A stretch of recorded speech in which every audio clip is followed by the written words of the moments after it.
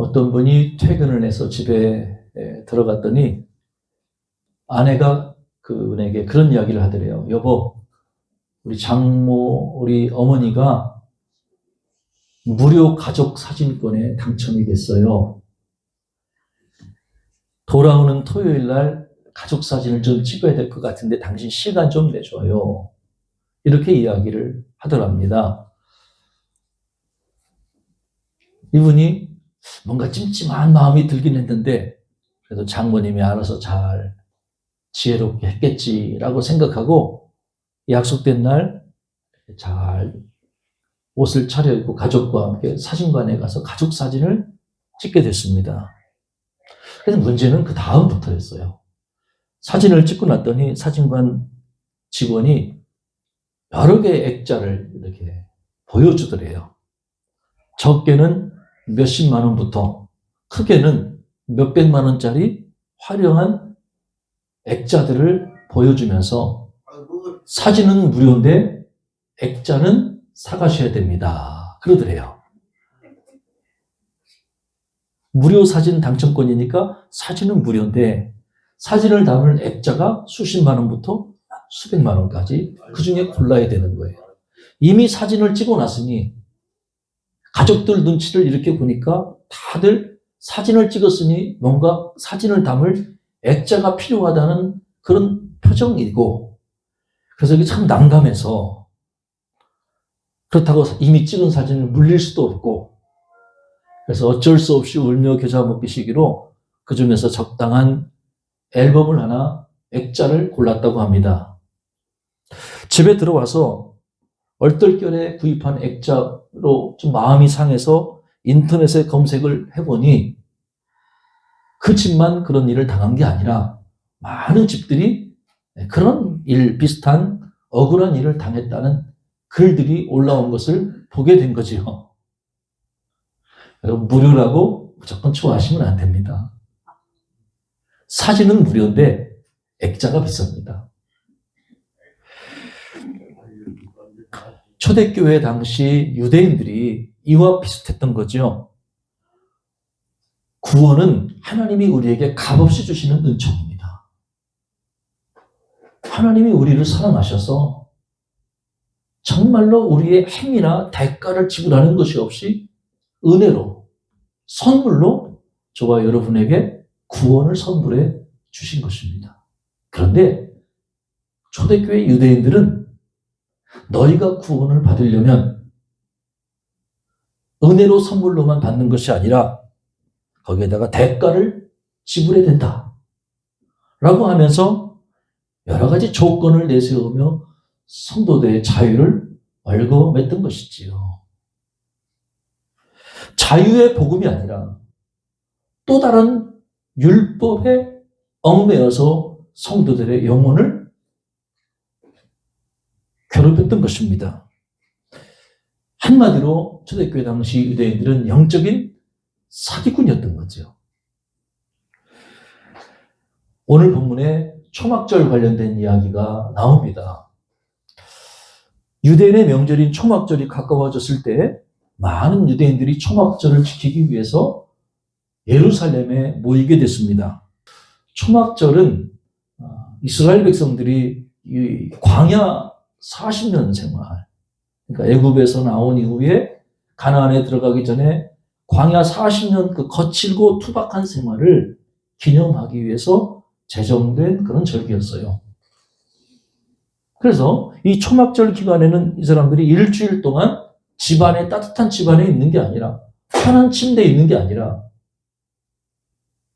마당이나 혹은 이렇게 지붕 위에다가 얼기설기 대충 나뭇가지를 엮어서 초막을 지어놓고 거칠지만 거기서 일주일간을 지내면서 그들의 선조 이스라엘 백성들이 광야 생활의 그 고달픈 생활 동안 하나님의 은혜를 누렸던 것을 상기하는 그런 시간이었던 거죠. 참 의미 있는 시간이죠. 초막절이 가까워지자 예수님의 육신의 동생들, 그들이 예수님께 나와서 이런 제안을 하죠. 형님, 이곳을 떠나 유대 땅으로 가십시오. 세상에 알려지기를 바라면서 숨어서 행동하는 사람은 없습니다. 형님이 어차피 이런 일을 할 바에는 모든 사람이 볼 수 있게 더 많은 유명세가 드러나도록 아예 여기 갈릴리에 계시지 말고 유대 땅으로 가서 그렇게 더 많은 사람들을 드러내며 일을 하면 좋겠습니다. 하고 예수님의 그 육신의 형제들이 있었거든요. 그들이 형님께 제안을 했던 거죠. 더 많은 사람들이 모이는 유대로 가서 더 큰 일을 하면 어떻게 되겠어요? 더 인기가 높아지고 더 영향력이 모이고 그쪽 분야에서 성공하는 성공인이 되겠죠. 물질이 모일 거고 많은 사람의 존경이 모이게 될 것이라는 거죠. 예수님은 지금까지 유대에서 먼 지역, 북쪽 갈릴리 지역에서 사역을 하고 계셨던 거죠. 여러분, 예수님이 왜 그 갈릴리 지역에 계시냐면 의도적으로 유대 지역을 피하셨던 것이지요. 왜냐하면 이 당시에 유대인들이 예수님을 죽이려고 하는 것을 예수님은 알고 계셨기 때문이에요. 자, 요한복음에는요, 유대인과 예수님과의 갈등이 여러 차례 이렇게 드러나는 경우가 많이 있습니다. 그 가장 대표적인 경우가 있었죠. 요한복음 5장입니다. 예수님께서 베데스다 연못에서 38년 된 병자를 고쳐주셨어요. 그런데 그 성경을 읽다 보면은 이 일을 계기로 유대인들이 예수를 죽이려고 마음을 먹게 됐다. 그렇게 표현을 하고 있거든요.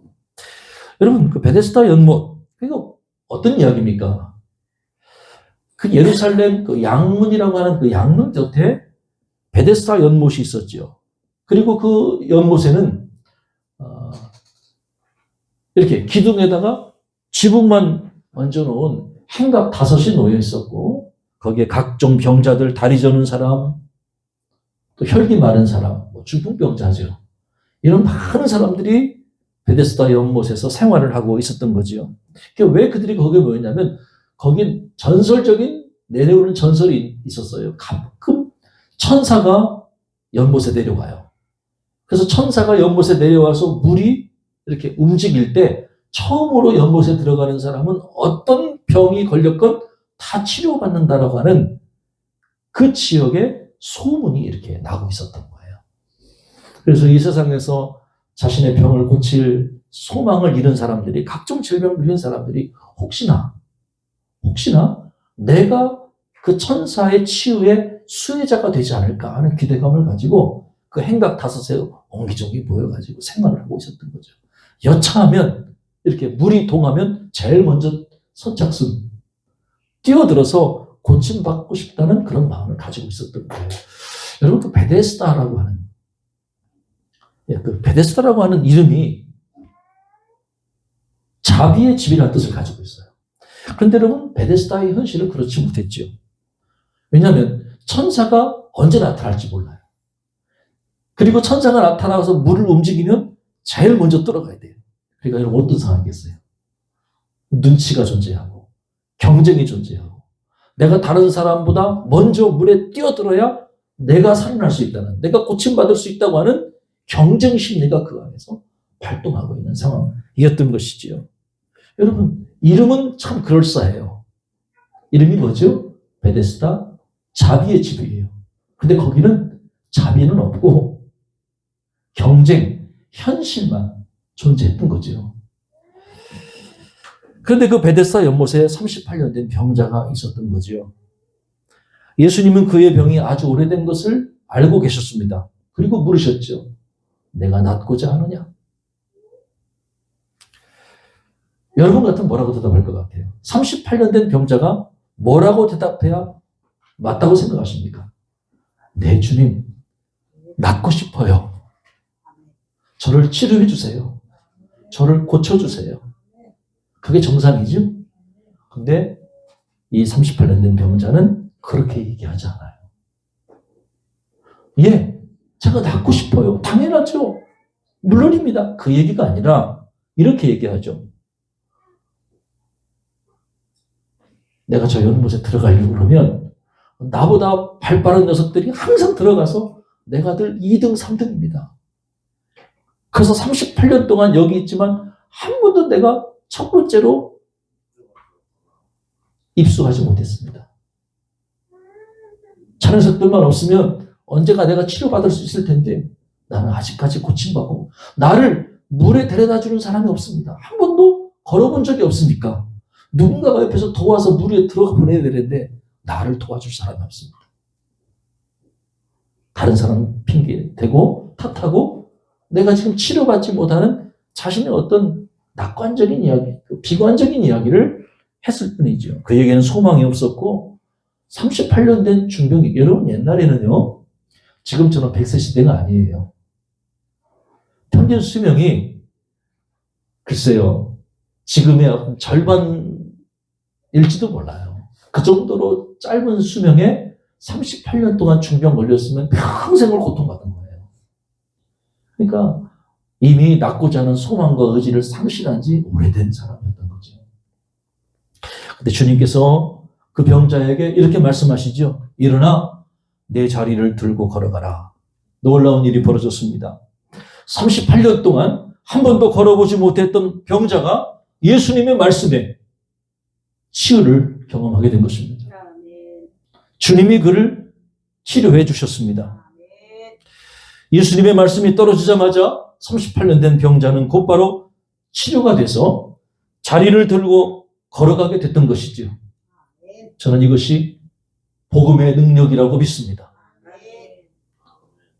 복음은 내가 무슨 소망을 가지고 내가 무슨 의지가 있어서 그런 곳에 임하는 것이 아니라 주님이 나를 찾아오셔서 말씀으로 나를 살려주시는 현장입니다. 복음의 능력인 것이죠. 저와 여러분이 이러한 은혜를 경험하게 되기를 주의 이름으로 축복합니다.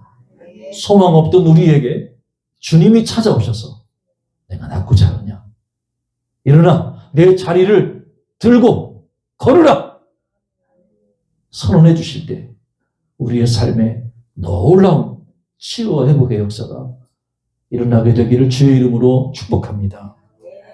문제가 생겼습니다. 지금까지는 문제가 없어요. 문제가 생겼어요. 왜? 그날이 어떤 날이냐? 안식일이었어요. 안식일에 병자가 고침받는 게 무슨 문제가 될까요? 그것이 문제가 된 이유는 안식일에 사람을 고쳤다고 이야기하는 사람들 때문에 문제가 된 거예요. 문제는 문제를 삼는 사람들 때문에 생기는 거예요. 유대인들이 병 나은 사람에게 이렇게 말하죠. 안식일인데 내가 자리를 들고 가는 것이 옳지 아니하니라. 저는 솔직히 이 말을 이해할 수가 없어요. 38년 동안 한 번도 걸어보지 못한 사람이 치유를 받았는데, 아니 인지상정이 있지, 축하해주고 기뻐해주고 박수 쳐줘야 될 일 아닌가요? 여러분 어떻게 해요? 그런데 거기에 왜 옳고 그름의 문제가 나오냐는 거예요.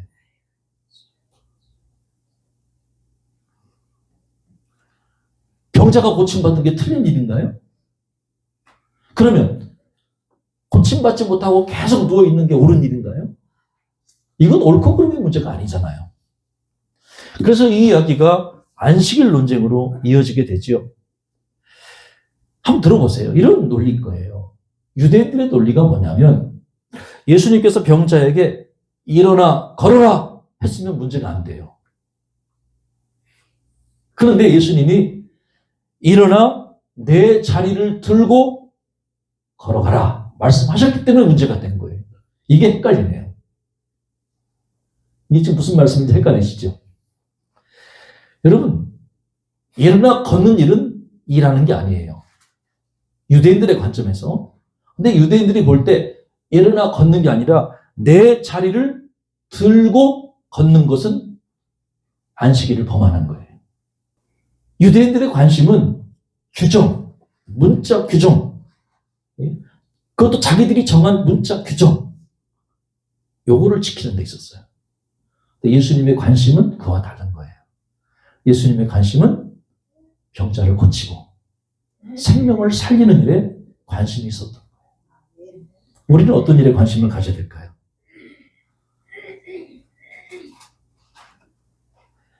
그래서 유대인들이 예수님을 박해하게 된 거예요. 안식일을 병자를 고쳐주신 예수님을 율법을 어겼다고 올가미를 씌운 거예요. 더군다나 유대인들은 예수님에게 죄를 추가했죠. 신성모독죄를 추가한 거예요. 왜냐하면 예수님이 그 논쟁하면서 이런 말씀하셨거든요. 내 아버지께서 이제까지 일하시니 나도 일한다. 이게 무슨 말이냐면 예수님이 하나님을 자기 친아버지라고 이야기해서 자기를 하나님과 동등됨으로 주장하셨기 때문이에요. 이게 신성모독죄가 더해진 거죠. 그 후에 예수께서는 갈릴리에서 다니시고 유대에서 다니려 하지 않으셨던 거죠. 왜냐하면 유대인들이 예수님을 죽이려고 한 것을 예수님께서 아셨기 때문이죠. 초막절이 중간이 됐습니다. 예수께서는 아무도 몰래 은밀히 홀로 예루살렘에 올라가셨어요. 예루살렘에 올라가신 예수님은 초막절 중간에 성전에 들어가셔서 사람들에게 하나님 말씀을 가르쳐 주셨지요. 그 가르침을 들었던 유대인들이 놀라면서 이 사람은 배우지도 않았는데 어떻게 그를 아느냐라고 질문하게 됐죠. 여기서 배우지도 않았다. 이 배운다라는 얘기는 우리가 뭐 한글 공부, 뭐 히브리어 공부를 얘기하는 게 아니라 랍비가 되는 학습 과정, 오늘날로 말하면 뭐 신학자가 되는 학습 과정, 이런 과정을 거치지도 않았는데 어떻게 저렇게 글을 아느냐라고 이야기를 한 거죠. 랍비처럼 가르치냐는 이야기예요. 이에 예수님께서는 자신이 가르치는 교훈이 내 것이 아니라 나를 보내신 하나님 아버지의 것이다 라고 사람들에게 증언하셨죠. 그리고 스스로 말하는 자는 자기 평안을, 자기 영광을 구하지만 예수님은 자신을 보내신 하나님의 영광을 구한다. 그렇기 때문에 예수님의 교훈은 참되고 그 속에 불의가 없다라고 예수님께서 말씀하셨어요. 할렐루야. 예수님께서는 본격적으로 모세 율법에 관해 말씀하셨죠.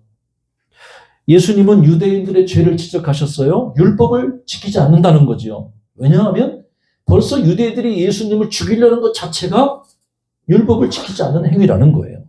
자, 22절부터 24절 한번 여러분과 제가 소리내서 한번 읽어보기를 원합니다. 22절, 24절까지 같이 읽어보십시다. 모세가 너희에게 할례를 행했으니 그러나 할례는 모세에게서 난 것이 아니요 조상들에게서 난 것이라. 그러므로 너희가 안식일에도 사람에게 할례를 행하느니라. 모세의 율법을 범하지 아니하려고 사람의 안식일에도 할례를 받는 일이 있거든. 내가 안식일에 사람의 전신을 건전하게 한 것이 너희가 내게 노여워하느냐. 외모로 판단하지 말고 공의롭게 판단하라 하시니라. 아멘. 지금 예수님이 무슨 얘기를 하시면 할례 율법 얘기를 하시는 거예요. 할례 율법 달라요. 어떻게 다르죠? 할례는 여러분 율법은 누구에게서 난 거예요? 하나님께서 모세에게 주신 게 율법이에요. 근데 할례는요, 모세가 태어나기 훨씬 수백 년 전에 모세의 조상들에게 주신 게 할례예요. 뭐가 순서상 먼저예요? 할례가 먼저예요? 율법이 먼저예요? 할례가 먼저입니다. 그 말은 할례가 율법보다 중요하다는 의미예요. 율법이 중요하지만 율법보다 더 중요한 것, 그게 할례라는 거죠. 할례는 하나님께서 아브라함에게 주신 거예요. 최초로. 아브라함이 모세보다 훨씬 이전의 사람이잖아요. 그러니까 하나님께서 할례는 아브라함에게 주시고 그보다 수백 년 뒤에 하나님은 모세에게 율법을 주시는 거예요. 그러니까 율법보다 할례가 그 기원이 훨씬 더 높은 거죠. 여러분, 할례가 뭐냐면요, 할례는 태어난 지 8일째 되는 남자아이의 생식기 표피를 잘라내는 거예요. 그래서 이 아이는 하나님의 백성이라는 것을 육체에다가 표시하는 행위예요. 그런데 만약에 태어난 지 8일째 되는 애에 할례를 행하려고 하는데, 태어난 날은 아무나 태어나니까 8일을 계산해서 딱 할례를 행하려고 하는데 마침 그날이 안식일이 딱 겹치면 어떻게 될까요? 일하지 말라는 안식일이 딱 겹쳤을 때는 할례를 행해야 됩니까? 행하지 말아야 됩니까? 행해야 되는 거예요. 왜? 율법보다 할례가 먼저 있었기 때문에. 그리고 율법보다 할례가 더 중요하기 때문에 태어난 지 날짜를 계산해서 8일을 계산해서 8일째 딱 되는 날이 안식일과 딱 겹쳐도 그 아이에게는 할례를 주는 거예요. 왜? 할례가 더 중요하고 먼저 났으니까. 오히려 할례를 행하는 것이 율법을 지키는 일이 되는 거예요. 자, 그러면 한번 질문해 봅시다. 여러분, 할례는 신체의 아주 조그마한 일부분에 행하는 의식이에요. 표시예요. 그렇다면 38년 된 병자와 같이 신체 전체를 쓰지 못하는 그 사람을 회복시키는 일이야말로 율법을 지키는 일보다 더 중요한 일이 아니겠습니까? 오히려 38년 된 병자의 전신을 치료해주는 일이야말로 율법의 근본 정신을 지키는 일이라는 것이 예수님의 말씀이었던 거예요. 과연 여러분 안식일의 근본 정신이 뭡니까? 안식일 많이 들어보셨죠? 안식일. 자, 구약 성경에서 안식일을 지키라는 말씀이 어디에 나올까요? 두 군데 나오거든요. 첫째는 출애굽기 20장이에요. 제가 다 읽을 수는 없고 제가 중요한 부분만 두 구절 읽어드릴게요. 출애굽기 20장 8절 11절에 보면은 안식일을 기억하여 거룩하게 지키라. 이는 여세 동안에 나 여호와가 하늘과 땅과 바다와 그 가운데 있는 모든 것을 만들고 일곱째 날에 쉬었습니다. 그러므로 내가 여호와가 안식일을 복되게 하여 그날을 거룩하게 하였느니라. 이게 10계명에 나오는 우리 10가지 계명이잖아요. 그 안식일 준수 계명에 대한 이야기가 요거 좀 출애굽기 20장 말씀이에요. 읽어드린 말씀이에요. 그런데 이 말씀에 보면은 안식일을 지켜야 될 이유가 분명히 나와요. 그게 뭐냐면 하나님께서 6일 동안 모든 것을 만들고 일곱째 날에 쉬었기 때문이다 하는 거예요. 하나님의 창조사요. 하나님이 천지를 창조하신 그 일을 마치시고 일곱째 날에 쉬었기 때문에 너희도 쉬어야 된다는 얘기예요. 이 말씀에 의하면 하나님의 창조 역사가 강조되고 있다고 하는 거예요. 그러니까 안식일이라고 하는 것은 그냥 쉬는 게 아니라 내가 안식일을 지킴으로 천지를 창조하신 하나님의 역사에 동참하는 일이라는 거예요. 엄밀히 얘기하면 하나님은 6일 동안 세상을 창조하시고 일곱째 날에 안식을 창조하신 거예요. 그냥 쉰 게 아니라 안식을 제정하심으로 우리 인간에게 안식을 창조하신 거예요. 쉽게 얘기해서 하나님은 7일 전체 창조 사역을 하신 거예요. 두 번째, 구약 성서에서 안식일 규정이 주어진 것이 신명기 5장이에요. 요거 좀 달라요. 자, 신명기 5장 12절 15절 핵심되는 구절만 읽어드릴게요. 내 하나님 여호와가 내게 명령한 대로 안식일을 지켜 거룩하게 하라. 너는 기억하라. 내가 애굽 땅에서 종이 되었더니 내 하나님 여호와가 강한 손과 편팔로 거기서 너를 인도하여 내었나니 그러므로 내 하나님 여호와가 내게 명령하여 안식일을 지키라 하느니라. 여러분, 이 신명기 5장에 이스라엘 백성들에게 안식을 명하셨던 하나님의 이유가 뭐죠? 왜 너희가 안식일을 지키라고 말씀하셨어요? 애굽에서 너희를 구원해내신 하나님을 기억하라는 거예요. 여러분, 출애굽기 20장하고 신명기 5장이 강조점이 달라요. 똑같이 안식일을 지키라고 하는데 출애굽기 20장에는 하나님께서 천지를 창조하신 창조 사역에 동참하라는 메시지가 있고요. 신명기 5장은 너희를 애굽에서 쉽게 해서 죄로부터 구원해 주신 구원자 하나님을 묵상하고 찬미하고 그 일에 동참하는 구원 사역에 동참하는 의미로 안식일을 지키라는 의미가 있어요. 하나는 하나님의 창조 사역, 하나는 하나님의 구원 사역. 이 두 가지 기둥을 기억하면서 붙들면서 안식일을 지키라는 의미가 있는 것이죠. 이게 안식일의 중요한 근본 정신이에요. 여러분, 오해하시면 안 돼요. 안식일은 단순히 여러분이 놀고 먹고 쉬는 날이 아니에요. 일하지 않는 날이 아니에요. 하나님의 창조 사역에 동참하고 하나님의 구원 사역에 적극적으로 동참하는 것이 안식일의 근본 정신이라고 하는 거예요. 38년 된 병자, 한 번도 걸어본 적이 없는 그 병자를 주님이 찾아가셨어요. 그리고 뭐라고 말씀하셨죠? 주님께서 그를 고쳐주셨어요. 이건 하나님이 그에게 새 창조, 그의 몸을 창조하신 하나님이 그를 고쳐주심으로, 회복해주심으로 하나님의 새 창조 역사에 그를 포함시켜 주신 일이에요. 그리고 주님께서 38년 된 병자에게 다음과 같이 교훈하셨거든요. 내가 나았으니 더 심한 것이 생기지 않게 다시는 죄를 범하지 말라. 죄로부터의 구원. 그러니까 주님께서는 38년 된 병자를 베데스다 연못에서 고쳐주실 때 그를 하나님의 새 창조의 주인공으로, 그리고 하나님의 구원 역사의 주인공으로 그를 초청해 주신 거죠. 그러니까 베데스다 연못의 치유 사건은 그냥 단지 병자를 고쳐주신 사건이 아니라 안식일의 근본 정신, 하나님의 창조 역사, 하나님의 구원 역사를 38년 된 병자에게 베풀어 주신 신학적 의미가 있는 것이죠. 그래서 예수님의 치유를 통해서 안식일의 참된 의미가 뭔지를 주님이 드러내 주신 거죠. 그런데 여러분, 유대인들은 그것을 깨닫지 못하고 예수님을 죽이려고 했다는 거예요. 왜냐하면 유대인들이 예수님을 외모로 판단했기 때문이다. 외모로 판단했다.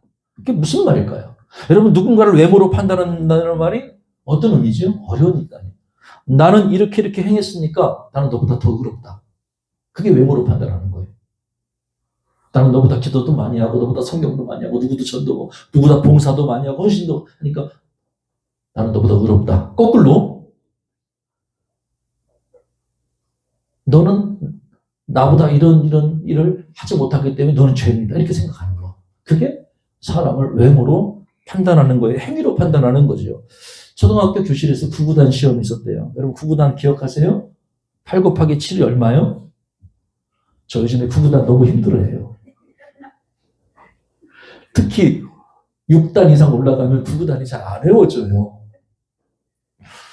설마 저만 그런 거 아니죠? 그래요. 8 곱하기 7이 얼마더라? 예, 우리 황 집사님 정답. 예. 56이에요. 와, 우리 황 집사님 아직까지 살아있네. 살아있네. 그 어려운 대답을 하다니. 그래요. 8, 7에 우리 옛날에 그 초등학교 때 마룻바닥 걸레질 기름칠해서 열심히 하면서 구구 다녔던 기억나거든요. 8, 7에 왜 안 들려요? 대답을 해야지. 8, 7에? 그래요. 그런데 어떤 애가 54입니다. 또 어떤 애는 47입니다. 이렇게 두 개의 오답을 냈어요. 당연히 선생님이 둘 다 오답이니까 다 0점 처리해 주셨단 말이죠. 어느 애가 와서 선생님, 저는 저 정답에서 2밖에 차이가 안 나는데, 예? 저 옆에 있는 친구는 그 정답보다 9나 차이가 나는데 어떻게 둘 다 똑같이 0점을 주세요? 저는 조금 더 주셔야죠. 여러분, 이게 말이 되는 얘기입니까? 유대인들의 생각이 바로 이런 그 우스움, 손에 정답지를 들고 하나님한테 항의하는 어린아이처럼 떼를 쓰는 어린아이가 비슷하다는 얘기죠. 여러분, 죄라는 게, 죄라고 하는 그 어원이 제 기억으로 하마르티아인가 그렇게 기억하는데 그게 관역에서 벗어나다는 얘기거든요. 여러분, 이렇게 양궁 선수가 양궁을 딱 할 때 그 관역이 있잖아요. 그죠? 관역에 딱 맞추면 점수가 나오죠. 그런데 관역에서 벗어나면 점수가 안 나와요. 그런데 어떤 양궁 선수가 이렇게 화살을 쐈는데 빗나가서 화살이. 그래서 관역에서 조금 벗어났어요. 그런데 어떤 친구는 더 많이 벗어났어. 근데 중요한 것은 관역을 맞추지 못하면 다 죄라는 거예요. 제가 아침에 권사님들, 집사님들 모시러 이렇게 차를 타고 운전하면서 안경이 조금 지저분해요.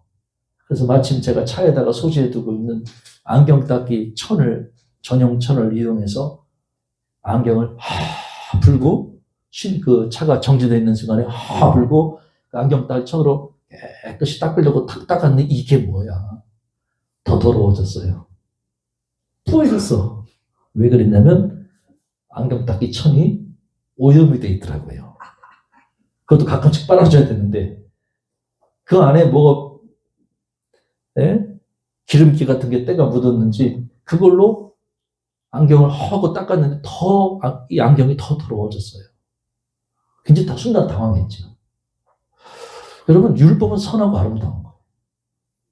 그런데 율법을 다루는 사람들이, 율법을 지켜야 될 사람들이 잘못된 생각을 하는 거죠. 율법주의에 빠지는 거예요.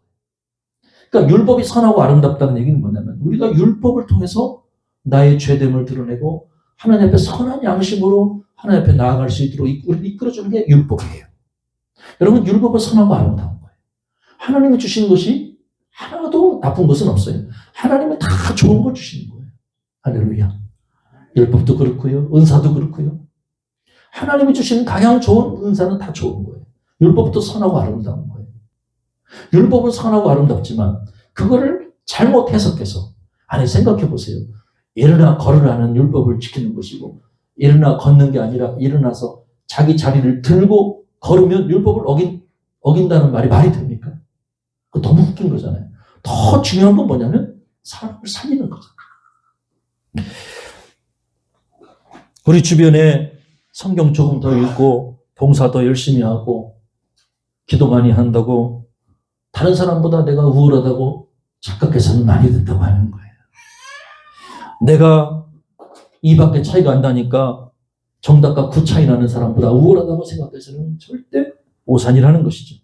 그러니까 하나님의 기준은 내가 얼마나 선량하고 의롭고 존경받을 만한 일을 했느냐가 아니라 내가 얼마나 하나님 앞에 겸손하고 하나님을 의지하고 말씀에 순종하려는 그 자세가 더 중요한 줄로 믿습니다. 지금은 은퇴하신 박종수 목사님이 계신데 그분이 목회할 때 이런 일이 있었다고 그래요. 그 당시에 청년들이 기억하실 거예요. 청년들의 유행이 뭐냐면 염색이었어요. 머리 염색. 교회 오는 청년들이 머리를 노랗게 하고 더러는 빨갛게 하고. 근데 이 박정수 목사님이 강단에서 설교할 때마다 그 청년들의 머리가 빨갛고 노란 것이 눈에 걸린 거예요. 야, 은혜가 되지 않고 심리가 불편하고 자꾸 눈에 이렇게 뭐가 거슬리는 거예요. 설교할 때 보면 그 노란 머리 먹으면 마음이 화가 나고 괜히. 예? 더군다나 그 청년이 장로님 아들이고 장로님 딸이면 더 시험에 들어서 왜 자식 교육도 똑바로 보시고 저렇게 노란 머리 빨간 머리 그렇게 두냐 이렇게 마음에 불편함을 느끼셨대요. 그러던 어느 날 목사님이 작정을 하고 내가 오늘은 청년들한테 경건을 주제로 내가 한번 설교해야지. 그리고는 그 예화로 청년들 머리색에 대해서 머리 염색에 대해서 한번 지적을 해야 되겠다. 이렇게 단단히 마음을 먹고 강단에 올라가서 기도를 하는데 갑자기 하나님이 뜻하지 않게 이 박종수 목사님한테 이런 자꾸 감동을 주시더래요. 야, 박 목사, 내가 한 가지 너한테 물어보자. 이게 하나님이 그분에게 주신 음성이에요. 네가 하얀 머리 검게 염색하는 것은 문제가 안 되고 까만 머리 노랗게 염색하는 것은 왜 문제가 되는데? 그게 성경 어디에 있어? 여러분, 우리 어르신들 염색하잖아요. 흰 머리, 검은 머리를 염색하는 것은 합법이고 검은 머리, 노란 머리 염색하는 것은 왜 불법이죠? 성경 어디에 거기에 있죠? 성경에 염색하지 말라는 말씀이 있나요? 목사님이 깜짝 놀랐어요. 본인의 주관대로 보면 꽃다운 청년들이 혼낼 대상, 야단칠 대상인데 그런데 그 기준으로 자신을 돌아보니 야, 이건 너무 주관적인 게 아니냐. 과연 머리 색깔이 경건과 무슨 관련이 있느냐. 그러면 어떻게 생각하세요? 하나님이 그분에게 그 마음 주시고 나니까 목사님의 시각이 바뀌더래요. 노랑머리, 빨강머리가 눈에 들어오지 않게 되더라는 거예요. 지금까지는 자기 시각으로 보면 노랑머리, 빨강머리가 오늘날은 코 뚫고 귀 뚫은 게 눈에 들어왔는데 하나님의 시각에서 보니까 그런 게 전혀 문제가 되지 않았어요. 오히려 청년들을 바라보는 눈이 따뜻한 애정의 눈으로 청년들을 바라보게 된 거예요. 그래, 노랑머리도 좋고 빨강머리도 좋다. 빨주노초 파남보 다 좋다. 어떤 색깔이든 교회만 나와서 예배당에 앉아만 있어라. 졸아도 좋다. 그런 사랑의 마음을 갖게 됐대요. 주일관리 목사님이 청년들 상대로 야단치려고 마음 먹고 경건에 설교하려고 올라갔다가 자기 간증을 솔직하게 했대요. 여러분, 다 좋습니다. 여러분 이 자리에 있는 것만으로도 나는 너무 행복합니다. 그리고 머리 간증을 하면서 자신의 부족함을 고백했을 때 청년들이 손뼉을 치고 박수를 기뻐했다는 경험이 있다는 거예요. 여러분 잘 들어보세요. 경건이라는 것은 내가 안 하니까 너도 하지 마. 이게 아니라는 거예요. 내 기준이 아니라는 거예요. 내가 세운 경건의 기준, 이게 진짜 성경적인 기준이 맞습니까? 그게 아니고 오히려 내가 좋아하는 경건일 수 있다고 하는 거예요. 내 기준에, 유기적인 생각에 맞춰서 정해진 경건일 수 있다고 하는 거예요. 형제 사랑의 옷을 입어야 한다고. 하나님의 눈으로 병자를 긍휼히 여길 수 있는 마음이 필요한 거예요. 그래야 영혼이 살고 우리 옆 주변에 있는 사람들이 행복해지는 거예요. 할렐루야. 우리 교회가 사랑의 옷을 입는, 그래서 서로 나도 행복하고 모든 사람이 행복한 교회가 되어지기를 주의 이름으로 축복합니다. 하나님의 눈이 필요한 거죠. 말씀 마치고 싶어요. 사랑하는 여러분, 안식일은요 단순히 쉬는 날이 아니에요. 육체를 쉬는 날이 아니에요. 물론 육체를 쉬는 날이 맞아요. 그러나 그것 이상이라고 하는 거예요. 안식일은 하나님의 창조 역사, 하나님의 구원 역사를 기억하고 그 일에 적극적으로 동참하는 날이에요. 저는 올 한 해 여러분이 안식일의 근본 정신을 잘 기억하고 하나님께 영광 돌릴 뿐만 아니라 생명을 살리는 일에 적극적으로 참여하는 여러분 되시기를 주의 이름으로 축복합니다.